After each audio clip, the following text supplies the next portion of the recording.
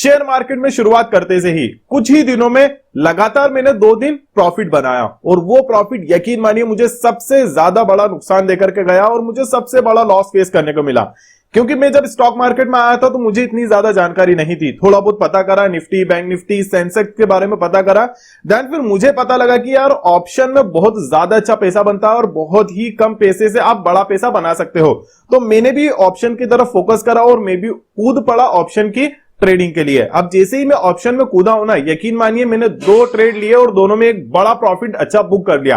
पहला प्रॉफिट मैंने बुक करा था 1700 रुपए का और सेकंड प्रॉफिट बुक करा था 2370 रुपए का, मुझे बहुत अच्छे से याद है। और यकीन मानिए जब मैंने ये प्रॉफिट लिए ना तो मैंने अपनी कैलकुलेशन अलग ही सोच में कर ली और मैंने सोच लिया कि यार अब मेरे जितने भी फ्रेंड सर्कल है ना, दोस्त, अब मुझसे सब पीछे रह जाने वाले हैं और यहां पर अब अमीरों की लिस्ट में अपना नाम मैं ऊपर लिखवाने के लिए तैयार हूं। लेकिन जो शुरुआत के 2 प्रॉफिट थे ना, वो मेरे बहुत बड़े नुकसान की तरफ मुझे लेकर के जाने के लिए तैयार दिखाई देने लग गए थे। क्योंकि शुरुआत के 2 प्रॉफिट के बाद जो मुझे लॉसेस होना शुरू हुए हैं, यकीन मानिए बहुत ज्यादा लॉसेस फेस करने को मिले। तो ऐसी कौन सी 2 गलतियां हैं जिसकी वजह से मुझे स्टॉक मार्केट से क्विट करना पड़ा। देन फिर उसके बाद कुछ दिनों बाद जब समझ में आया ना पूरी पिक्चर को, तो यकीन मानिए फिर से मैंने प्रॉफिट बनाना शुरू करा। ऐसा नहीं कि मैं हमेशा प्रॉफिट में होता हूं, कभी कभी लॉसेस भी फेस करने को मिलते हैं, लेकिन मैं मैक्सिमम टाइम अब प्रॉफिट में होता हूं और बड़े प्रॉफिट की लालच में मैं बिल्कुल भी नहीं रहता। देखिए, मैं किसी दूसरे ट्रेडर्स की तरह ये बिल्कुल भी नहीं कहने वाला कि आपको टेलीग्राम चैनल को एग्जिट कर देना चाहिए या किसी को भी आपको और नहीं देखना चाहिए, सब फ्रॉड है। नहीं, ऐसा कुछ भी नहीं है दोस्तों। थोड़ा सा एक हमारे अपने आप की मेंटली सोच को हमें प्रिपेयर करने की जरूरत है कि हमें किस तरह से स्टॉक मार्केट में ट्रेडिंग करके प्रॉफिट बना लेना चाहिए। देखिए, सबसे पहले अगर आप स्टॉक मार्केट में आते हो तो आपको लोग कहते हैं, जो कि मुझे भी पता चला था, क्या करना चाहिए कि स्टॉक मार्केट में अगर आप आए हो तो पेपर ट्रेडिंग करना शुरू कर दीजिए। यकीन मानिए बहुत बड़ी दुश्मनी होती है पेपर ट्रेडिंग की और आपकी रियल ट्रेडिंग लाइफ से। कभी भी पेपर ट्रेडिंग के बिहाफ पे आप एक परफेक्ट ट्रेडर नहीं बन सकते। मैंने गलती करी थी यार दोस्तों। मैंने क्या करा कि यार पेपर ट्रेडिंग से कोई भी स्टॉक पसंद कर लिया, XYZ की ये ऊपर जा सकता है, और उसको पेपर पे लिख करके रख लिया। अब जिन लोगों को नहीं पता पेपर ट्रेडिंग क्या होती है तो वो स्टॉक मार्केट में बहुत ही ज्यादा नए हैं, प्लीज थोड़ा सा पेपर ट्रेडिंग के बारे में आप गूगल या फिर यूट्यूब पर सर्च करेंगे, आपको पता चल जाएगा। खैर, तो मैंने भी पेपर ट्रेडिंग स्टार्ट कर दी। मैं पेपर पर लिख लिया करता था और उसके बाद फिर कोई काम आ गया बीच में तो मैं उसको छोड़ के चले जाया करता था। सोचता था क्या होगा यार, ठीक है, कोई भी स्टॉक में हमने सिर्फ पेपर पे ही तो लिखा है, उसमें लॉस एंड प्रॉफिट तो हमें होना ही नहीं है, तो मैं इसलिए निकल जाया करता था। देन फिर उसके बाद में जब आकर के देखा करता था और टारगेट अचीव हो जाते थे ना, तो मैं बहुत ज्यादा खुश होने लग जाता था। मैं अपने आप में फूला नहीं समाता था और ये सोचता था कि अरे यार चलो प्रॉफिट तो बन ही गया। लेकिन जब मैंने रियलिटी में करा ना, तो यकीन मानिए स्क्रीन से 1 मिनट के लिए नजर हटाने की हिम्मत नहीं होती है। तो इसीलिए कभी भी आप स्टॉक मार्केट में सीखना चाहते हैं और अगर आपने कहीं से सीखा है और आप ट्रेडिंग करना चाहते हैं, एक ही बार में अपना कैपिटल बिल्कुल मत लगा दीजिए। आप बिल्कुल मत सोचे कि अरे यार 5 लाख है या 2 लाख है या 1 लाख रुपीस भी है तो हमने डायरेक्ट डाल के प्रॉफिट निकाल ही लेना है। नहीं, सबसे पहले आपको देखिए क्या होता है ना, एडवोकेट की जिस तरह से पढ़ाई हो जाती है, देन फिर उसके बाद उनकी प्रैक्टिस चलती है, जहां तक मुझे जानकारी है।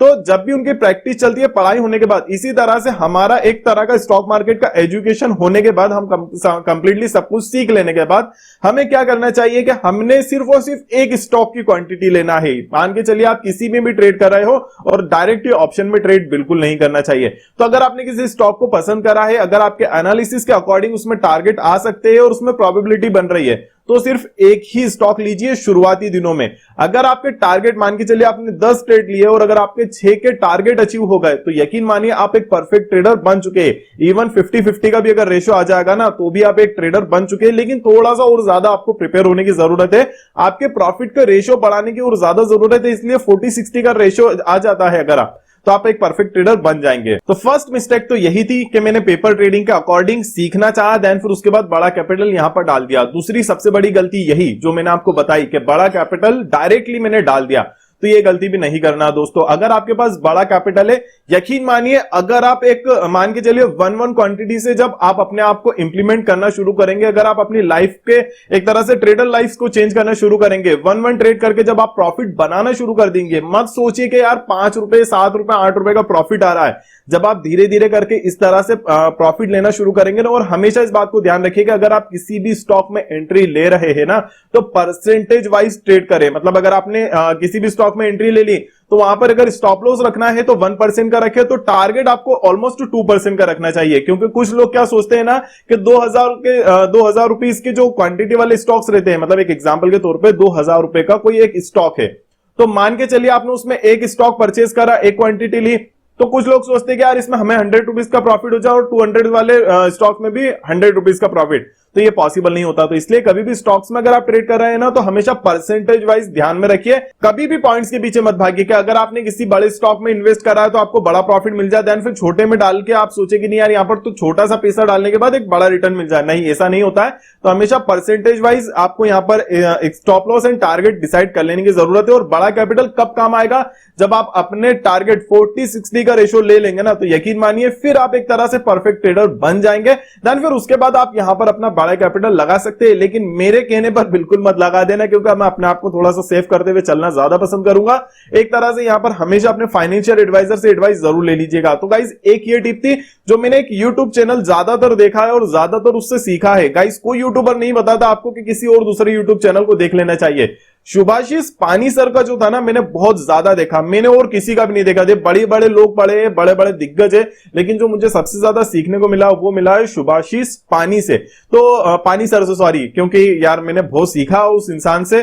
तो मैं यही कहूंगा कि अगर आपको किसी को फॉलो करना है, मैं खुद एक यूट्यूबर होकर बोल रहा हूं, मैं खुद एक मतलब अपना चैनल चलाने के साथ साथ मैं आपको ये भी बता रहा हूं, क्योंकि दूसरे लोग आपको ये नहीं बताएंगे, वो तो हर कोई चाहेगा कि यार मेरा ही चैनल मैं चला लूं। देखिए सच्चाई मैंने आपको बताना था जेन्युइन तरीके से। देखिए आपने मुझ पर भरोसा करके अगर आपने सब्सक्राइब करा है ना, तो फिर मेरी भी जिम्मेदारी बनती है कि मैं आपको बिल्कुल सच्चाई से बताऊं कि जिन लोगों को जिन सिचुएशंस को मैंने फेस करा है, सॉरी लोगों को नहीं, जिन सिचुएशंस को मैंने फेस करा है वो सारी सिचुएशंस मैंने आपके सामने क्लियरली बता दी है। और मैं आपसे ऐसी कोई भी सिचुएशंस को नहीं छुपाना चाहता जो मुझ पे बीती थी, जिनको मैंने फेस करा और काफी ज्यादा डीप एनालिसिस करने के बाद फिर मैं बाउंस बैक कर पाया हूं। तो अगर आप सब कुछ सीख लेंगे और इन बातों को नहीं फॉलो करेंगे, तब भी आप एक परफेक्ट ट्रेडर नहीं बन सकते। मैंने भी बहुत कुछ सीखने के बाद, यहां पर इन बातों को फॉलो करने के बाद ही यकीन मानिए फिर एक परफेक्ट ट्रेडर बन पाया हूं। तो गाइज अगर आपको वीडियो पसंद आओ, ये जानकारी अच्छी लगी हो, तो प्लीज वीडियो को लाइक एंड चैनल को सब्सक्राइब जरूर कर लेना। एंड सुभाषिस पानी सर को जरूर देखना, मैंने बहुत सीखा हूं और आज भी देखता हूं, मैं सच बताऊं तो। चलिए मिलेंगे अब नए जल्द वीडियो के अंदर। अभी के लिए मैं आपसे अलविदा लेना चाहूंगा।